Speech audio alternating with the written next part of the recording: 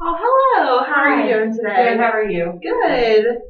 So I received an email referral from your school. Your university housing office contacted me about an incident you had regarding alcohol. I'm really glad to see you here. I get a lot of referrals from like doctors' offices and counselors and schools like this, and a lot of people are a little hesitant to make that first step. It's a little scary. So I want to commend you for coming in here and taking that first step. It's awesome. So, what brings you in here today? Well, um, I've had alcohol in my room a few times, and my roommate has told university housing on me. So I've had a couple meetings with them, and I guess they thought since it was so many times and that it's still occurring, that maybe I had a problem and would need to talk to someone about it. Okay. How many times have you seen your housing staff about this issue? Probably about 3 times. About 3 times. Yeah. Has every time been referred to by your roommate? Yes, it has. Me and my roommate used to be pretty close, and then I lost my brother recently, and I've kind of been using alcohol to deal with that, and I don't feel like she understands that. Like she tried to be there for me in the beginning, like friends are, but I kind of pushed her away because she doesn't understand that the alcohol relieves the pain that I feel. My brother and I were pretty close. I'm very sorry to hear about your loss. I know it's hard to lose someone you love, and so you might be using alcohol as a means to cope with that. Having a hard time processing your feelings about that. I am, and because of that, I've kind of stopped going to class. So I think that's another reason that my roommate is worried about me and would tell the university help me on me. Right. Were you guys pretty close before? We were. This is my second year at school, and we became friends last year and decided to room together this year. And things are going great in the beginning. We had this core group of friends, and that we would go out on the weekends, and we wouldn't let it affect anything. And then after I lost my brother, it kind of just went downhill from there. And alcohol just became, like I said, a coping mechanism to help me deal with the pain of that loss. And I think that kind of pushed her away. Okay, so you've been using alcohol as a means to cope with your brother, and I hear that you have been missing class. How many times a week would you say that you've missed class? I probably miss 2 or 3 times a week. Okay, so I'm sure that's added a little bit of stress for you. Oh yeah, I pay for college on my own, and without going to class, my grades have kind of fallen, and I do get a scholarship that helps me a little bit, and if my grades fall below a certain GPA, then I'll lose that scholarship, and they're definitely getting close, so that definitely adds some stress. Okay. Well, first, good job for you for paying for school on your own. That's really tough. I know it's really expensive.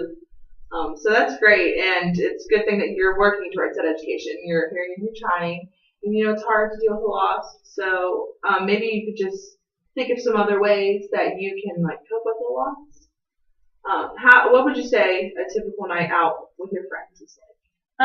Well, I usually get up around noon, and then I'll go to lunch with some of my friends, and then I'll come back and take a nap because I stayed out really late the night before, and then I'll get up and shower and get ready for the night out, and we'll go out about 9 o'clock. Sometimes I even go alone because my friends don't want to go with me. And then we stay out till 3 or 4 o'clock, and then I sleep through my alarm in the morning, and don't make it to class. So I don't miss class on purpose. It's just I sleep through my alarm, and then don't get up until around noon. And by then I've missed most of my classes, so there's no point in really going to the other ones. So and then I do it all over again. Right, which, I mean, I understand you're trying to blow off some steam, and you have a lot going on, it sounds like, with the loss of your brother and having to pay for school on your own and trying to maintain a good GPA and going to class. In what other ways have you seen alcohol negatively affect your life? Well, I've lost a few other friends besides just my roommate. I have kind of a new core friend group because some of the ones that I hung out with my roommate aren't really around anymore. I've kind of pushed them away as well because they also don't understand the drinking. So a lot of lost friendships. obviously my grades and my GPA. And also with paying for school, I just have a job on campus and I don't make much money. And right now all that money is going towards the alcohol that I'm buying. So financial stress is definitely a big one.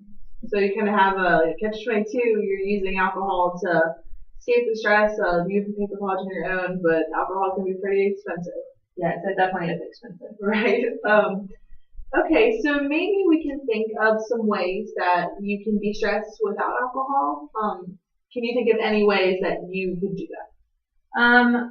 Well, I really like working out, so I think going to the gym can help a little bit, and reading. I kind of like get lost in books, and I haven't really used that as a way to cope with this because reading was a thing that me and my brother kind of did together. But I'm kind of to the point where I think that maybe I can start reading again and get lost in that instead of going out. I do think I might still go out with my friends on the weekends, and that's something that I can start doing with my roommate again. I just don't want it to come back or to become a problem like it has with my schoolwork and everything. Right. Maybe when you go out with your friends, you can find a way to control your intake of alcoholic beverages. Yes, and I can also talk to them about helping me with that. So. Okay. Well, I really think your idea for working out is a great one. I know that a lot of my other clients have tried it and seen some great results. Not only will it help you de-stress, and but it will help you become happier, release some endorphins for you, and it will keep you fit. So that will probably help you de-stress. Yeah, I hope so. Great. So you referred to me by your university housing office for an alcohol infraction.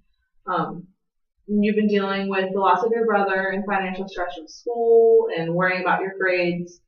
So would you like to maybe take some steps to control your drinking? I definitely think that I need to take some steps towards controlling it. Great. So in what ways would you like to do that? Well, I think definitely the two other things that I've talked about helping me to deal with stress. And then I think just coming to talk out things, especially like if I slip up and go out and then miss class, I think just having someone to talk to about that, I think would help. And then seeing maybe you every 2 weeks or once a week or something. Great. To talk about things. I think that's a great plan. So would you like to maybe schedule an appointment for the 27th? That sounds good. At noon? At noon. Great. I will see you Great. then. I will see you then, Kelly. Thank you so much. Thank you, Mary. Have a great day. You too.